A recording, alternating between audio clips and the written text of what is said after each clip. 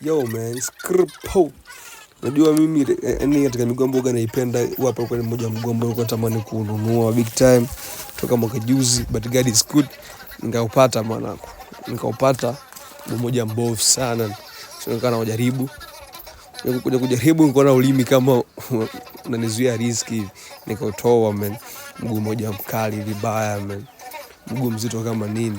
Nikaanza test kama ni mkali.